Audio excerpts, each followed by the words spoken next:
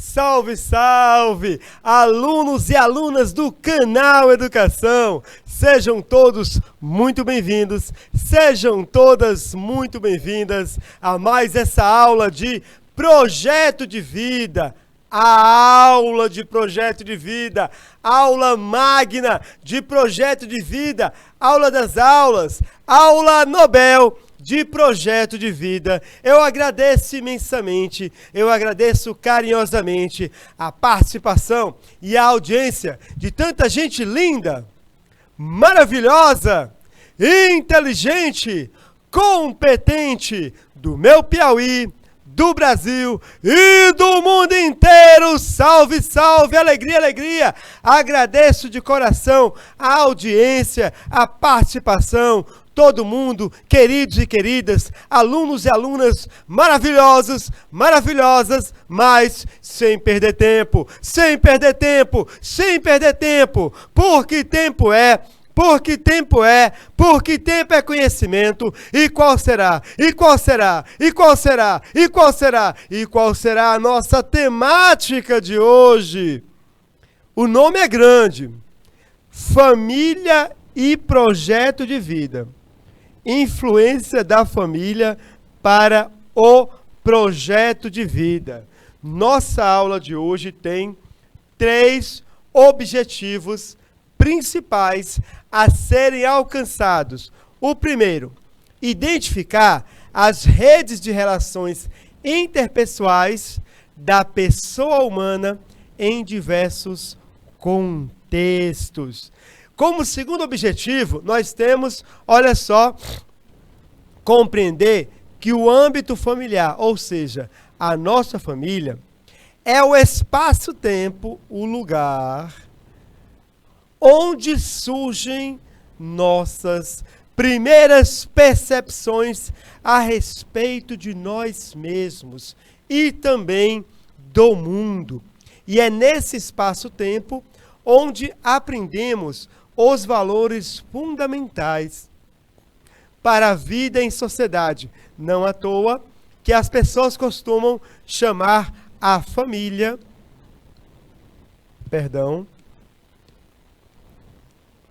costumam chamar a família de primeira escola, uma escola de valores, uma escola onde aprendemos, por exemplo, a respeitar os mais velhos, respeitar hierarquias. Queremos também, como terceiro objetivo, destacar a importância de um ambiente familiar saudável. O que é um ambiente familiar saudável? É um ambiente onde haja relações bilaterais. Um ambiente que seja propício para o desenvolvimento físico e emocional do estudante, querido aluno, querida aluna. Nossa aula terá, olha só, nossa aula terá 5 partes. Na primeira parte, nós aprenderemos sobre os arranjos familiares. Na segunda parte, olha só, família e projeto de vida. Na terceira parte, conflitos familiares. Na quarta parte, revisão. Na quinta parte, atividades. No entanto, querido aluno, no entanto, querida aluna, eu quero deixar bem claro no início da aula que quando eu estou falando em família, nessa aula, eu estou falando de vínculos. Vínculos dos mais diversos. O que isso quer dizer? Eu não estou aqui abordando somente o modelo tradicional. Pai, mãe e filhos e filhas. Não é, vou colocar aqui, olha, a palavra não. Não é o modelo base de minha aula. Tanto que, olha só, na primeira parte da aula, nós vamos conhecer alguns arranjos familiares atuais. Aqui, olha só. Porque nós temos diversos modelos de família nesse exato momento, nesta aula de projeto de vida para a segunda série do ensino médio, alunos de diversos arranjos familiares existentes estão acompanhando este conteúdo, ou melhor, este objeto de conhecimento. Então, se você é um fanático religioso, se você é uma pessoa que se diz, como é que se fala, conservadora religiosa, eu peço que você desça do pedestal, adentre no rumo, no caminho, no ambiente da ciência e da sociologia e esqueça o modelo tradicional religioso patriarcal, pai, mãe e filhos, esqueça como único modelo. Nós vamos abordar aqui família enquanto vínculos e diversos modelos familiares. É um pedido que eu faço a você que não permita que doutrinas religiosas perturbem, atrapalhem a sua compreensão sobre a influência da família para o projeto de vida. Por exemplo, uma família homoafetiva pode sim ser um ambiente saudável para uma pessoa crescer, se desenvolver física, emocionalmente, cognitivamente e assim por diante. Então, dito isso como pressuposto, vamos começar com essa história, essa crônica de Eduardo Guimarães, que está presente nesse link para quem tiver o interesse de buscar o original. É uma história muito interessante que fala sobre um modelo de família que é aceito socialmente. Olha só. A casa de Juno é silenciosa. A sala pequena, um sofá, 2 cadeiras. Juno trabalha escrevendo. Ele é advogado e vez ou outra recebe uma visita. Às vezes, a vizinha que pede um pouco de sal ou azeite, às vezes, um personagem importante da história, às vezes Murilo, seu meio-irmão. Então essa história vai abordar um universo em torno desses 2 personagens, Juno e Murilo. Juno acha engraçada essa palavra meio-irmão. Estamos aqui falando de um modelo familiar socialmente aceito. A casa em que morava com a mãe quando criança também era silenciosa, até a chegada do tio Haroldo, marido de sua mãe, que trouxe um filho e um violão. Então, olha só, nós temos aqui 2 famílias, a família da mãe de Juno, mais a família do Haroldo. Os 2, quando se casaram, cada um trouxe mais um membro para a família. Haroldo trouxe o seu filho Murilo, Juno, o seu filho, perdão, a mãe, não é? Trouxe Juno, seu filho. Então ficaram morando os 4 juntos, Juno, a mãe de Murilo e o tio. Haroldo era músico e depois de algum tempo, na casa da mãe de Juno, tocava em tanto lugar que era como se não tivesse lugar nenhum. Sempre viajando, sempre se despedindo de alguém. Continuando, não demorou para que se separassem. Haroldo levou Murilo e deixou um banco de madeira em forma de elefante, que hoje fica na sala da casa de Juno. Juno gosta desse banco e faz pouco tempo que descobriu que ao virá-lo, na base onde está o pé do elefante, estão grafadas as palavras "te amo", como se talhadas com algum tipo de cortador. Juno não sabe para quem foram escritas e de vez em quando, ao olhar o banco, pensa no tio Haroldo. O que estaria fazendo àquela hora? E se lembra de que o tio nunca o havia ensinado o violão e de que ele também nunca havia pedido. Continuando a nossa história, muito bonita, ela é muito uma história que ela narra com sensibilidade um modelo familiar socialmente reconhecido.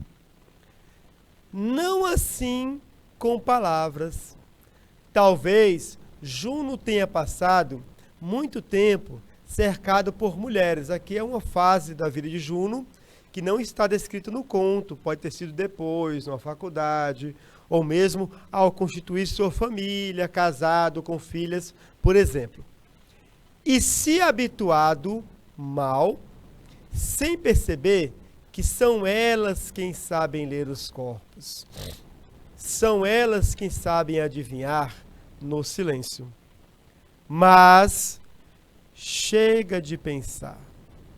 Juno se movimenta, paga o boleto do aluguel, dá um gole no café. Os cafés, no dia do aluguel, cada vez ficam mais amargos. Anda na calçada, só anda, e pensa em Murilo, o seu meio-irmão. Passam longos períodos sem falar, mas quando não sabe o que fazer, Juno gosta de escutá-lo. Não que Murilo soubesse o que sempre tinha a dizer. Às vezes, Juno sequer lhe contava que tinha uma questão. Mas encontrar esse meio-irmão trazia uma espécie de abertura. Olha só a sensibilidade desse conto que narra, certo, um modelo familiar, um arranjo familiar. Turma, já falei para vocês, daqui a pouco eu vou resgatar esse conto, não se preocupem. Turma, já falei para vocês que quando eu me refiro a família e projeto de vida, eu não estou afirmando que há um modelo ideal como esse do imaginário popular. Pai, mãe, filho, filhos. Nós possuímos na sociedade muitos modelos, arranjos familiares. Nós temos, por exemplo, uma família monoparental. Daqui a pouco eu vou dar o conceito. Família monoparental. Olha só, uma família extensa, uma família homoafetiva. Em todos esses modelos familiares, se houver amor, carinho, interesse e vínculos fortes, as crianças conseguem se desenvolver. Não há um modelo ideal. O ideal é amar, proteger, cuidar e educar os seus filhos. Se forem mãe e filho, tudo bem? Pai, mãe, filho, também. Pai, mãe, filho e avós, também. Por que não? Nós temos aqui, nessa foto, um modelo de família adotiva. Embora Bruno Galhaço e a Giovanna Ebanchi, acho que é Ebanchi, tenham um filho natural, digamos assim, eles também adotaram duas crianças, um gesto lindo, um gesto amoroso, um gesto de adoção de crianças. E mais recentemente, esses dois filhos do casal foram vítimas de racismo em Portugal. E a Giovanna Ebanchi, a mãe adotiva, mas que torna-se mãe de fato, porque o filho adotivo não é diferente do filho biológico, ela defendeu seus filhos, como diz a Bíblia, com a força de uma ursa. A mãe é assim, ela defende seus filhos, protege em situações de perigo, e o pai, Bruno Galhaço, defendeu. está bem? Provavelmente pessoas que agem assim agressivamente contra crianças negras adotivas, provavelmente possuem um único modelo fixo de família na sua cabeça, o que é uma pena. Turma, a família de Juno é um dos diversos arranjos familiares reconhecidos socialmente. Eu não vou dizer qual é o arranjo social da família de Juno agora, porque será, olha só, mais adiante, quase que eu dou a resposta, objeto de uma atividade nossa. Então, nessa primeira parte da aula, em que vamos, estudar modelos, arranjos familiares, ainda não vou dizer qual é o modelo da família de Juno. Embora, no decorrer dessa primeira parte da aula, seremos capazes de identificar. O importante é, turma, o conceito de família evoluiu. Infelizmente, muitos pararam no tempo. A família patriarcal, convencional, hierarquizada e patrimonialista, composta por homem e mulher, unidos pelo casamento e cuidando de seus descendentes, não é mais considerada o modelo único e ideal. Hoje, há novos arranjos familiares. Vamos conhecer alguns modelos de família que existem na sociedade atual. Tudo bem? Vem comigo. Olha só. Aqui é família. Aqui é família. Aqui é família. Aqui é família. Família. Família. Família. Família. E há alguns desenhos que trazem também o pet, o animal de estimação, como também um membro da família, porque há um vínculo. O importante na família é o vínculo biológico, o vínculo de amor, certo? Um vínculo entre os seus membros. Bom, temos aqui, para apresentá-los, olha só, 11 modelos de família, está bem? Há mais modelos ainda. Eu estou fazendo um pequeno recorte. Se você pesquisar, depois dessa aula, uma bibliografia confiável, você vai encontrar muitos e muitos modelos. Vamos agora conhecer 11, um pequeno recorte dos diversos arranjos familiares que há na atualidade. E você pode se identificar, colocar no chat, olha, esse é o meu modelo familiar, tá bem? Vem comigo, olha só. Primeiro modelo é a família patriarcal. É a família dita como tradicional. É um modelo de família legítimo, certo? Homem e mulher unidos pelo casamento, com filhos ou filhas. Nesse modelo, o marido é considerado o chefe da família, o pátrio poder. Então, na maior parte, provavelmente, ou melhor, com certeza, a maior parte das famílias ainda são famílias patriarcais. Certo ou errado, não há juízo de valor. Há famílias patriarcais que educam muito bem seus filhos e há, claro, famílias patriarcais que não educam. Minha família é patriarcal e eu me considero muito bem educado, mas também conheço pessoas de outros arranjos familiares que são pessoas maravilhosas, foram muito bem criados e educados. Então, o importante é o amor, o vínculo, o interesse, a proteção, o carinho e a formação que parte dos responsáveis. Temos também o segundo modelo, que é a família natural. A família natural é um arranjo familiar que foi inserido pelo Estatuto da Criança e Adolescente. É um arranjo familiar, um conceito de família que está presente na legislação brasileira.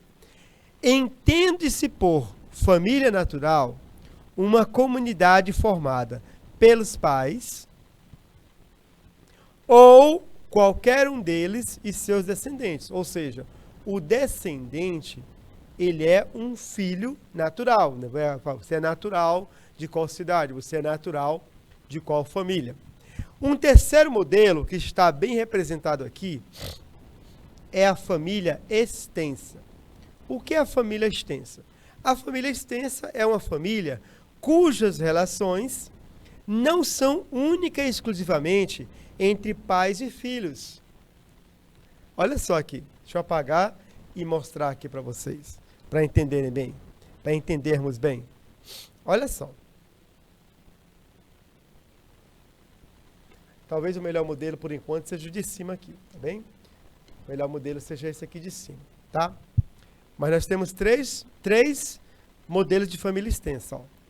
Uma família extensa de núcleo patriarcal, uma família extensa homoafetiva, uma família extensa homoafetiva. Então, o que é uma família extensa? A família extensa é aquela em que as relações não se restringem apenas aos pais e filhos. Elas englobam também outros familiares morando na mesma casa. Então, você pode encontrar numa casa o marido, a esposa, filhos, os avós, os tios, desde que haja vínculo e convivência. Então, a família extensa são o núcleo familiar e, digamos assim, agregados. Por exemplo, a família em que eu estou agora é uma família extensa. Sou eu, minha esposa, meu filho, mora na mesma casa a minha sogra, uma cunhada e um cunhado. É uma família extensa. Há um núcleo e há pessoas com quem nós convivemos e temos vínculos na mesma casa. Quando meu sogro era vivo, ele também fazia parte dessa família extensa, tá bom? É um modelo de família muito comum e ele é muito vantajoso pelo aspecto econômico. Por quê? Na minha família, por exemplo, na família extensa onde eu vivo atualmente, o meu cunhado paga a internet. A minha sogra, com a sua pensão, ela paga a água e a luz. A minha cunhada faz 1 ou 2 feiras por mês. E eu, com minha esposa, responsáveis, certo, por diversas despesas da casa, como, por exemplo, uma emergência médica, remédios e também a maior parte das compras. Mas percebem, então, se eu morasse sozinho com minha esposa e meu filho, eu teria que pagar mais algumas contas que eu não pago hoje. Embora, claro, certo, a minha ajuda favorece que também os outros familiares não tenham que gastar dinheiro com remédio, emergências médicas e assim por diante. Então, é um modelo familiar, a família extensa, que é muito vantajoso em termos econômicos. Até recomendo, tá bem? Recomendo, inclusive, certo, se você puder, uma família extensa, ninguém solta a mão de ninguém, ou seja, um ajuda o outro. Agora vamos à família reconstituída. A família reconstituída, ela é também chamada de família recomposta. O que é a família recomposta? É uma estrutura familiar originada do casamento ou união estável de um casal. Então, nós temos aqui, ó, nós temos um casal. Vou colocar aqui o casal tradicional, o homem e a mulher. É só uma opção pedagógica, está bem? Não estou dizendo que é o único modelo, certo, correto. É só uma opção pedagógica nessa aula para explicar.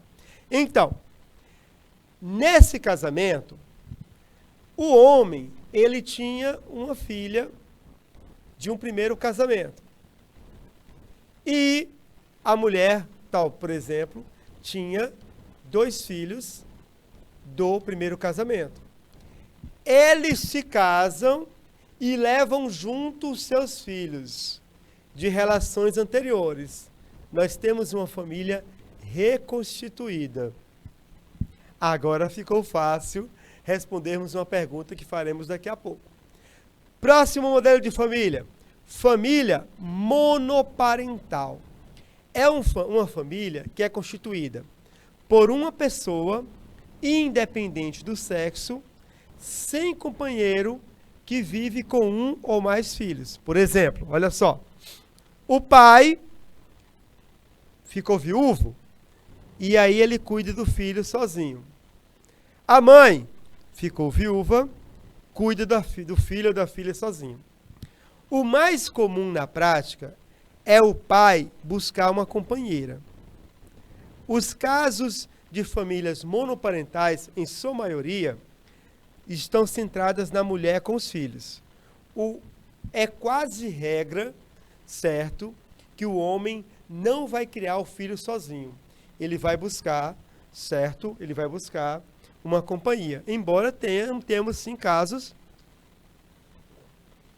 inclusive um youtuber famoso, que agora o nome não me recordo, certo? E o canal dele, ele é um pai solo, né? Um pai que cuida dos filhos. Se não me engano também o Rony Fon, o cantor, durante um bom tempo, ele foi um pai solo, cuidou dos filhos sem uma companheira. Hoje ele tem companheira, tá bom?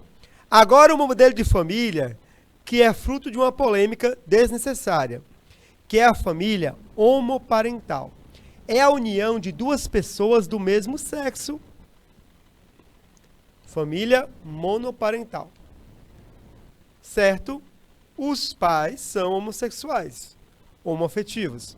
2 homens ou 2 mulheres. Eu conheço famílias homoparentais, que são formadas por 2 mulheres e conheço formadas por 2 homens. E seus filhos são maravilhosos, estão sendo muito bem criados, diga-se de passagem, serão pessoas maravilhosas no futuro, além de terem, certo, a questão da tolerância bem desenvolvida. Então, é um modelo legítimo, está bem? O modelo de família homoparental. Continuando, família sem filhos. É um casal que decide não possuir filhos biológicos ou adotivos. Aqui, por exemplo, não é? Deixa eu ver aqui. Um casal que decidiu não ter filhos. Não querem filhos. Também conheço famílias sem filhos. O casal não decidiu ter filhos. Tá bom? Às vezes, não é nem a decisão, é um dos 2 progenitores, um dos 2 membros que não pode, né? Não pode ter filhos, certo? Não é fértil, digamos assim. Um modelo interessante, que é muito comum, é a família anaparental. O que é a família anaparental, gente? É uma convivência de pessoas, parentes ou sem vínculo afetivo, sanguíneo, que moram no mesmo lar. Por exemplo, 2 primas que resolvem rachar o aluguel de um apartamento e convivem juntas. 2 amigos, 2 amigas. O seriado Friends. Como eles conseguiam pagar aquele apartamento no centro de Nova York é um mistério. O seriado Friends é uma família anaparental. Várias pessoas que ocupam o mesmo apartamento no centro de Nova York. Agora, como uma garçonete, um professor, conseguem pagar um apartamento, pode ter sido uma herança, certo? Pode ter sido uma herança, exatamente, não é? Aliás, recomendo vocês mais jovens que não conhecem Friends, assistam Friends, hein? Fala muito sobre relações interpessoais de amizades. Agora aqui, ó, família numerosa. Família numerosa é aquelas onde os progenitores têm 3 ou mais filhos. Passou de 3, é família numerosa. Até 2, não. Mas 3 ou mais, família numerosa. A família da minha avó, por exemplo, minha avó teve 12 filhos. Os meus pais tiveram 5 filhos, 4 biológicos e 1 adotivo. É um modelo de família muito comum, mais comum do que nós imaginamos. Embora hoje o mais comum mesmo seja uma família que tenha 1 filho, no máximo 2. Família anfitriã e família temporária. Aqui nós temos que fazer uma diferenciação importante, tá bem? Ambas as famílias, a anfitriã e a temporária, elas, digamos assim, adotam uma criança. Elas acolhem uma criança. Porém, a família anfitriã... Perdão, deixa eu apagar aqui. Paguei o que não devia, mas tudo bem. A família anfitriã, o acolhimento é temporário. Na família adotiva, o acolhimento é permanente, é uma adoção. O que é família anfitriã? Vamos supor, uma suposição, está bem? Que aqui seja uma família anfitriã. Bom, essa criança aqui, essa criança aqui, ó,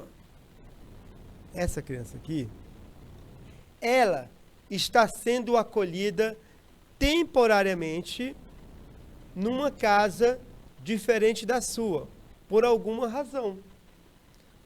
Por exemplo, a família anfitriã, ela acolhe uma criança durante o processo de divórcio dos seus pais. Enquanto seus pais estão enfrentando um divórcio difícil, um divórcio litigioso, e ela, para ser protegida desse problema familiar, o juiz ou juíza diz, olha, você vai para uma família que vai lhe acolher temporariamente. Quando o acolhimento é temporariamente, família anfitriã. O que é família adotiva? Os pais, vamos supor que aqui seja uma família adotiva, uma família homoparental adotiva. Aliás, a família homoparental só pode ter filhos se for pela categoria adotiva, certo? É uma característica da família homoparental. Os filhos são adotados por questões óbvias, biológicas, está bem?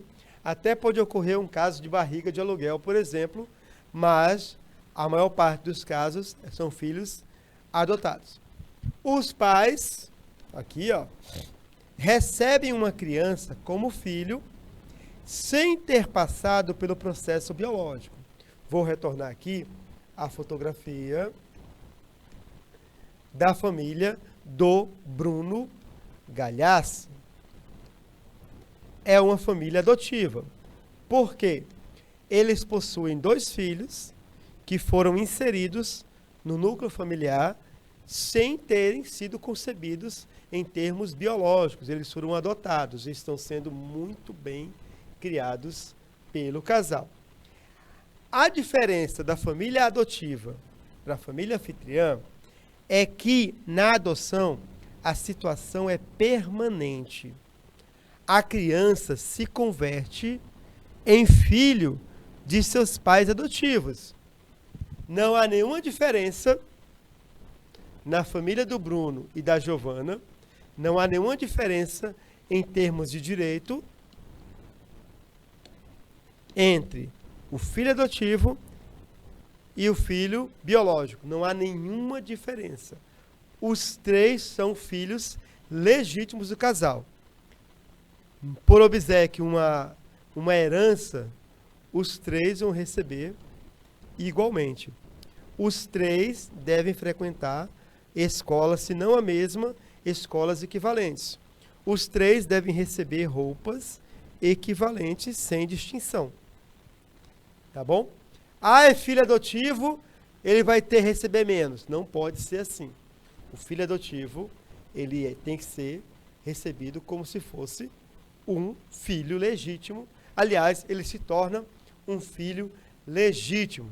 Temos um episódio, há algumas semanas atrás, de uma atriz da Globo, que ela cuidava de uma criança originária de uma comunidade do Rio de Janeiro. Bom, essa criança resolveu voltar para sua mãe biológica na comunidade.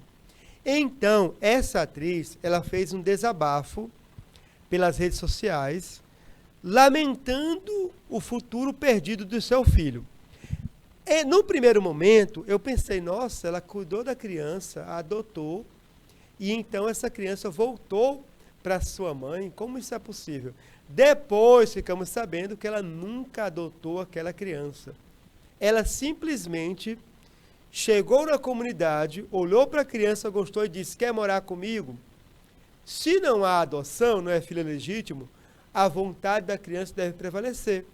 Em determinado momento, a criança disse, eu quero voltar para minha mãe biológica. Não sei se nesse exato momento dessa aula, se houve alguma reviravolta do caso, porque eu parei de acompanhar. Pode ser que a criança tenha voltado ou permanecido lá. Os dias em que eu acompanhei esse caso foram dias em que essa atriz da televisão, ela colocou desabafos até certo ponto medíocres, como eu lhe dei o futuro e você recusou, uma chantagem da pior espécie.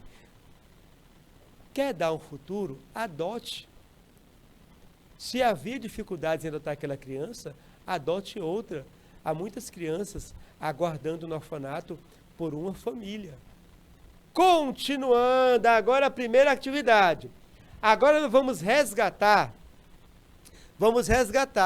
a nossa história inicial. No texto Te Amo, o narrador apresenta uma configuração familiar marcada pela presença da mãe, pelo padrasto, que era chamado de tio, e pelo meu irmão Murilo. Bom, baseado no aprendizado que nós tivemos até agora, qual modelo de aula é descrito no conto Eu Te Amo? É uma família de origem, é uma família extensa, é uma família reconstituída ou uma família monoparental? Vamos recordar aqui, desenhando. Tem a mãe do Juno e a mãe, né, tinha o Juno. E ela se casou com o Haroldo, que era cantor, e o Haroldo tinha um filho denominado Murilo. Os quatro formaram uma família. A pergunta é família de origem, família extensa, família reconstituída ou família monoparental? Ficou muito fácil agora, não é? Claro que é uma família reconstituída, porque o conceito de família reconstituída é a união de um casal no qual um ou ambos tenham filhos de um relacionamento anterior. É bom deixar bem claro. Se, por exemplo, a mulher teve um filho de relacionamento anterior e ela casou com um homem, e esse homem, certo? Ele teve um relacionamento anterior, mas não teve filhos, ainda assim é uma família reconstituída, tá bom? Certo? Mesmo que não tenha filhos, mas se um dos cônjuges tiver um filho, é uma família reconstituída, ou filha, claro. Bom, já sabemos, não preciso mais explicar que família e projeto de vida estão relacionados a uma contribuição. E já sabemos que quando eu falo de família, estou me referindo aos diversos arranjos familiares. Então vem comigo. Turma, a família é a nossa primeira experiência em sociedade. É no âmbito familiar que surgem nossas primeiras percepções a respeito de nós mesmos e do mundo. Na família, independente do arranjo familiar, nós aprendemos, por exemplo, o conceito de limite. É a família que nos ensina o valor do respeito. A família nos ensina como resolver conflitos, como dividir espaços, a importância do diálogo, etc. Num ambiente familiar saudável, aumentam as chances de nos desenvolvermos bem, física, socialmente e emocionalmente. Ora, desenvolver-se bem, física, socialmente e emocionalmente equivale dizer a tornar realidade o seu projeto de vida. Então, temos aqui nessa fotografia uma família, certo? Pai e filhos, uma família homoparental.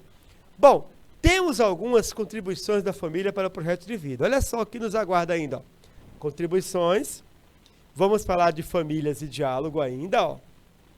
Conflito e diálogo, algumas situações que envolvem conflitos. Como resolver conflitos. E aí partir para a nossa revisão. Então temos ainda muita coisa boa nesses minutos finais de aula. Não saia daí. Temos ainda 18 minutos de aula. Turma, a família ela é muito importante para o projeto de vida. Por exemplo, uma forma da família contribuir para o projeto de vida É criando oportunidades de diálogo com seus filhos para identificar seus interesses. Hoje o meu filho vibrou no carro, quando eu estava com um amigo no carro, e nossos filhos estavam no banco de trás, e eu comecei a falar com esse meu amigo, e meu filho ficou só escutando. Eu falei, olha, o meu filho aqui, ele tem vocação para ser advogado, porque ele argumenta bem, ele sabe lidar com pressão. Às vezes eu dou uma bronca nele, às vezes eu dou uma bronca no meu filho, e ele escuta. Aí quando eu paro de dar bronca, depois de 15 minutos dando bronca, aí ele fala assim, o senhor terminou? Sim. Pois agora eu quero falar. Aí ele expõe o ponto de vista dele. Olha, ele é genial. É formidável, porque ele mantém a calma diante de uma bronca e depois uma capacidade de contrapor-se à minha bronca, ao meu argumento, de uma forma brilhante. Eu falei, ele vai ser advogado, porque é a vocação dele. Sabe argumentar, tem domínio emocional, consegue se expressar bem, sabe lidar com pressão. O âmbito do direito, né, o âmbito jurídico está só aguardando para o meu filho. Aí meu filho ficou escutando e ficou sorrindo no banco de trás. Ele tem 9 anos. Chegou em casa falando para a mãe, eu quero ser advogado. Bom, a gente ajuda, enquanto família, pais que estão me assistindo, a identificar uma zona de interesses. É claro que meu filho, né, não vai ser obrigado a ser advogado, mas eu já despertei nele um interesse. Sei que ele gosta de esportes, ele é um bom matemático, eu estou identificando as suas qualidades, os seus potenciais. No futuro ele vai se identificar com aquilo que melhor, né, se ajusta ao seu modo de ser. Bom, outra questão importante, seja receptivo e apoie os interesses dos seus filhos. Eu sempre quis que meu filho fosse médico, mas ele está com uma história de ser filósofo. Olha, pai, por mais que doa, acolha o interesse do seu filho. Desde que seja, claro, você pela sua experiência perceba que ele vai construir uma carreira nessa área, não é? Mas apoie. Apoie, porque é muito importante nessa hora, para a questão da autoestima, para a questão da autoconfiança do filho, o apoio dos pais, está bem?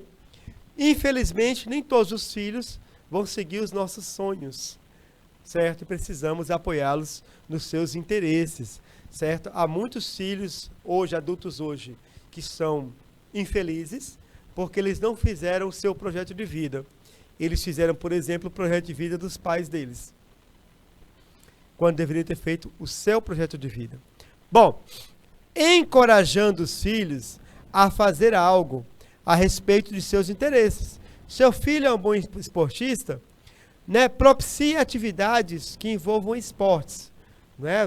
O futebol, voleibol, esportes olímpicos, voleibol, judô, atletismo, certo? Propor atividades onde seus filhos possam, certo, agir segundo os seus interesses, tá bom?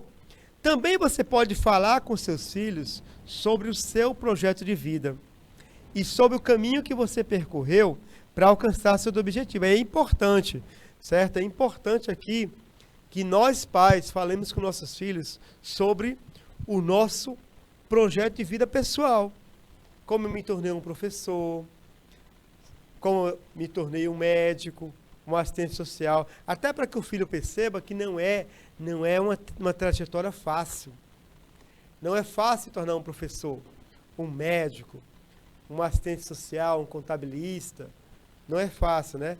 Partilhar com o filho as alegrias e as dores dessa trajetória, tá bom? E também, muito importante, apresente seus filhos a potenciais mentores. O que é mentores? São pessoas que podem ajudar nossos filhos a realizar o seu projeto de vida. Então, o seu filho quer ser um esportista, um jogador de futebol, e você conhece um técnico de futebol.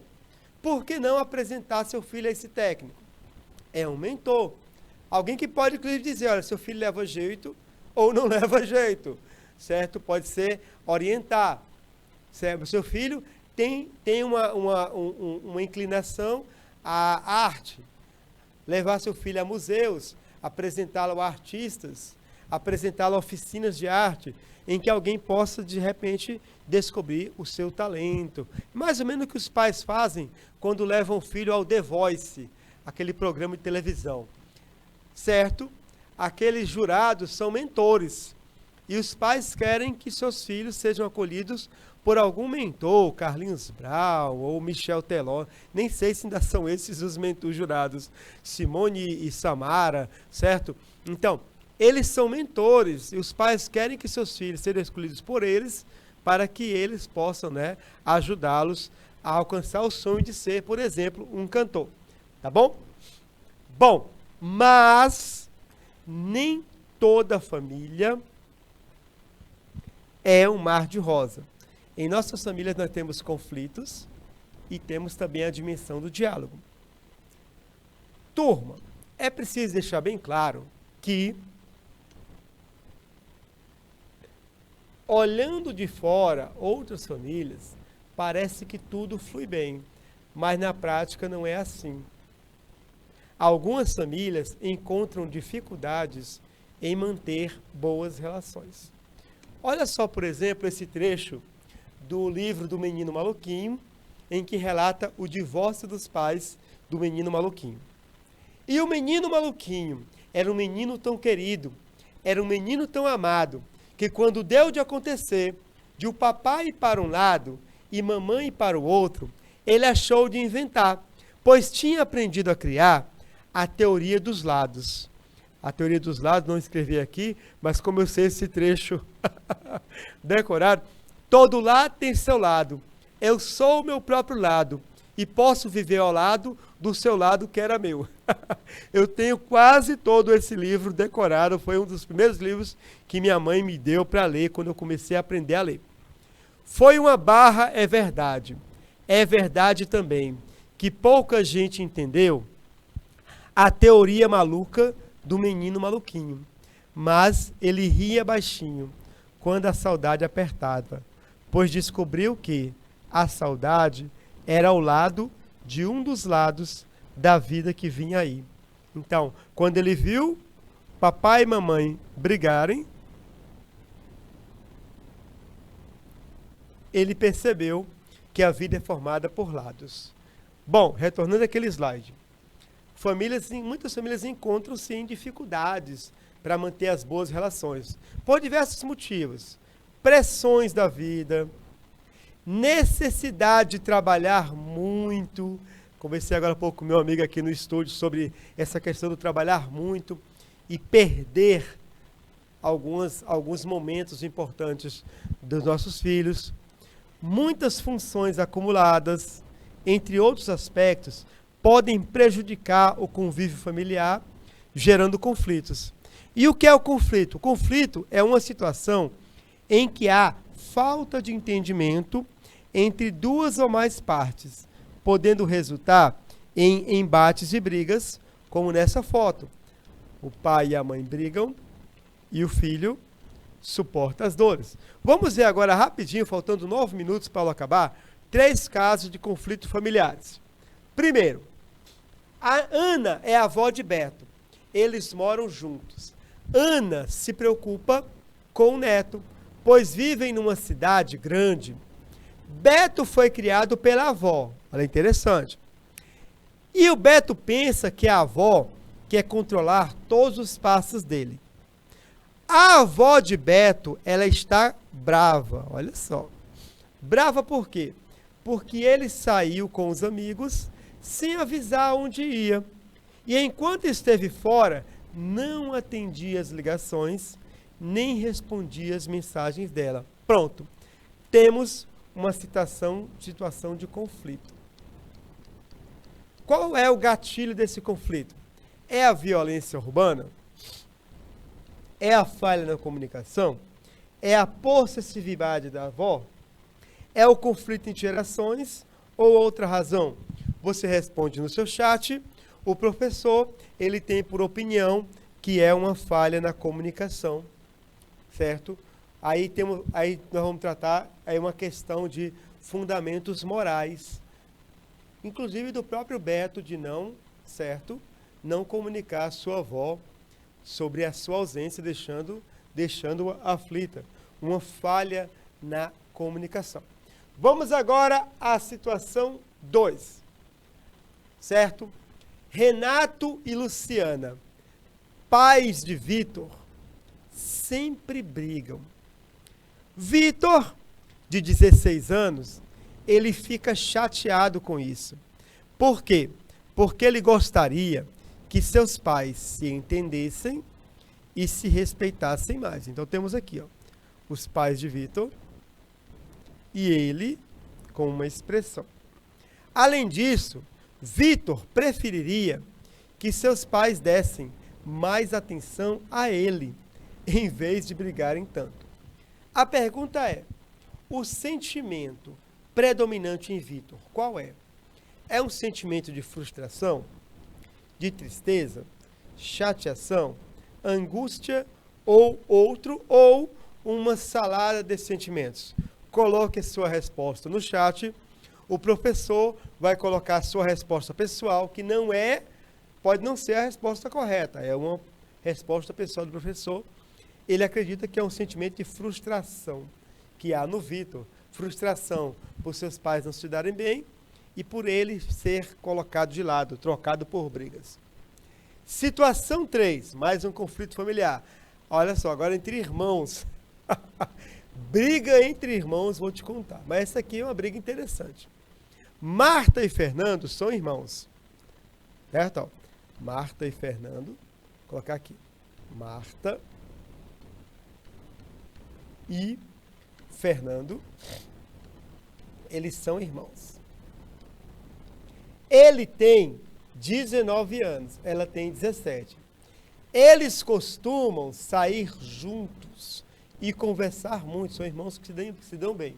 Mas, ultimamente, tem havido muitos conflitos. Por quê? Porque Marta não confia em uma nova colega de Fernando. Essa daqui, ó, a colega. O elemento, o terceiro elemento. Quando entra um terceiro elemento numa relação, a relação ela tem que se ressignificar, se refazer. Marta diz que essa colega é muito interesseira. Fernando acha que a irmã está com ciúme, mas ela diz que está apenas preocupada. Qual é a razão desse conflito entre os irmãos? É desconfiança, falta de tempo, preocupação ou ciúmes? Coloque sua resposta no chat, mas o professor vai dar a sua opinião pessoal e ele considera que sim, que é de fato ciúmes, mais cedo ou mais tarde Fernando iria se interessar por outras pessoas, tá bem? Turma, independente do conflito, desse conflito entre a avó e o neto, do conflito entre os pais de Vitor e ele próprio, e entre os irmãos, independente do conflito, é preciso que saibamos de uma coisa. Eles são comuns. O importante é que haja discernimento para que se mantenha o respeito e um canal aberto para o diálogo e exercer a empatia. O que é o diálogo? Olha só, se o conflito é falta de entendimento entre duas ou mais partes, o diálogo é uma conversa na qual se busca um acordo. Quando há um conflito, que é uma falta de entendimento, devemos buscar o quê? O diálogo, que é uma tentativa de se chegar a um acordo. E também a empatia. Turma, empatia é uma capacidade psicológica de sentir o que sentiria outra pessoa caso estivesse na mesma situação vivenciada por ele. O que é empatia? Empatia sou eu perceber, por exemplo, que ela sente algo que está lhe incomodando a mão e que para eu ter uma relação com ela, eu preciso sentir o mesmo. Mas, professor, a pessoa perdeu o pai e meu pai está vivo. Como sentir o mesmo? Vejam bem, empatia é uma capacidade psicológica. Você se pergunta, como eu me sentiria se eu perdesse o meu pai? Nessa pergunta, na resposta para essa pergunta, você vai saber como o outro está se sentindo que acabou de perder seu pai. E você pode se falar, olha, eu sei o que você está sentindo, porque se eu perdesse meu pai, estaria sentindo o mesmo. A empatia também diz respeito à capacidade de sentir o que o outro está precisando de ajuda. Eu sinto que você precisa de ajuda, eu vou lhe ajudar. Exemplo, num supermercado, eu estava na fila, eu era o próximo a ser atendido, e a caixa do supermercado, ela colocava muita mão na cabeça, assim. Ela fazia assim, assim, assim. Então, a senhora que estava sendo atendida na minha frente, ela, ao ver muito a caixa, botando a mão na cabeça, ela colocou a mão na bolsa e pegou 2 aspirinas e disse, olha, eu sinto que você está com dor de cabeça. Essa aspirina é ótima para dor de cabeça. Ela sentiu o que a outra estava sentindo, querido aluno, querida aluna. Minutos finais da aula. Temos aqui a nossa revisão. Tudo o que nós vimos na aula de hoje. Hoje nós aprendemos que o conceito de família evoluiu, que há novos arranjos familiares reconhecidos socialmente, como família extensa, família nuclear, família reconstituída, família monoparental, homoparental, adotiva, anfitriã, sem filhos, anaparental, numerosa e etc. Aprendemos também que a contribuição da família para o projeto de vida é essencial. E quando falo família, eu falo nos diversos arranjos familiares que existem. A família pode dialogar com seus filhos, identificar seus interesses, apresentar seus filhos a potenciais mentores, pessoas que podem ajudar a realizar os seus projetos de vida. Aprendemos também que toda família passa por conflitos familiares. Um conflito é uma falta de entendimento e que resolvemos conflito com o diálogo, uma conversa com vista a chegar a um acordo e também com empatia, sentir o que o outro está sentindo. A técnica do espelhamento. Abraço carinhoso, meu querido. Em nossa próxima aula, amizades e projeto de vida. Nossa próxima aula está muito boa. Não percam. Espero que tenham apreciado. Espero que tenham gostado. Até a semana que vem. Aquele abraço carinhoso. Salve, salve e tchau!